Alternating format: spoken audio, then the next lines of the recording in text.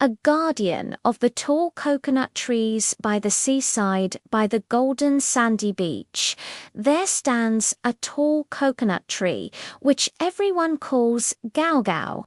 His trunk is straight, like a big brown pillar. The branches and leaves above his head are wide and green, like a huge green umbrella spread out. There are also many round coconuts hanging on the branches. When the wind blows, the leaves rustle and the coconuts sway gently. Even the waves like to sing around him because Gao Gao is the most reliable guardian by the seaside.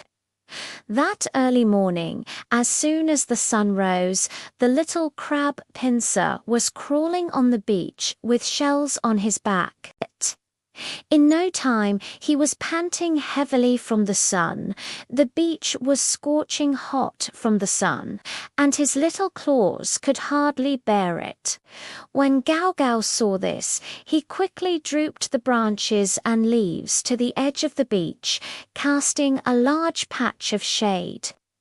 The pliers quickly climbed into the shade and shook their big pliers at Gao Gao, saying, "Thank you, Gao Gao. Your shadow is so cool." He shook the leaves high, as if saying, "You're welcome." In the morning, little seagull Duardwo flew in from afar. Her wings were exhausted and she wanted to find a place to rest, but there was no place to land on the beach. Gao Gao quickly stretched the shortest branch in front of Duardwo and made a soft rustling sound. "Duardwo, come and rest here for a while." One by one, they landed on the soft branches, preening their feathers and singing a beautiful song to Gao Gao. The singing was as gentle as the waves. At noon, it suddenly started to drizzle and a gentle wind blew. The little brother, who had just built a castle on the beach, didn't bring an umbrella and was so anxious that he hid behind a stone. Gao Gao quickly gathered the branches and leaves together, as if setting up a small green tent, allowing the little brother to hide beside his tree trunk. The raindrops hit the leaves with a tap-tap sound, but they didn't get a drop on the little brother.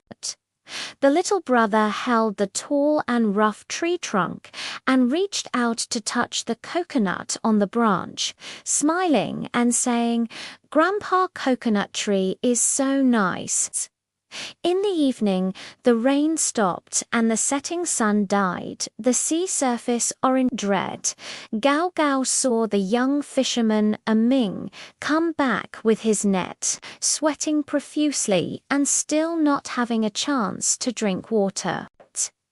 He gently shook the branch, and a ripe coconut plop fell into the beach. Amin quickly picked up the coconut, opened it, and drank it. The sweet coconut juice immediately dispelled his fatigue. Amin waved his hand to Gao Gao and said, "Thank you for the coconut. It's so sweet." When it got dark, the moon rose into the sky and the waves gently lapped against the beach.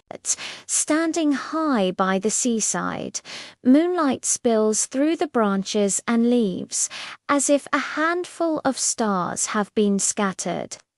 Suddenly he felt that although he couldn't run or jump, the happiest thing was to be able to shield pliers from the sun, provide a place for Duaduo to rest, offer shelter from the rain to little brother, and send sweet coconuts to Amin.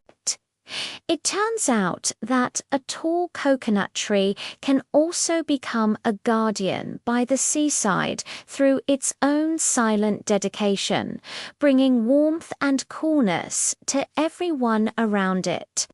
The seaside at night is quiet, with only the rustling sound of tall branches and leaves, as if singing a gentle song to the sea and the beach. Such a seaside life is more beautiful than sweet coconut juice and warmer than the golden beach.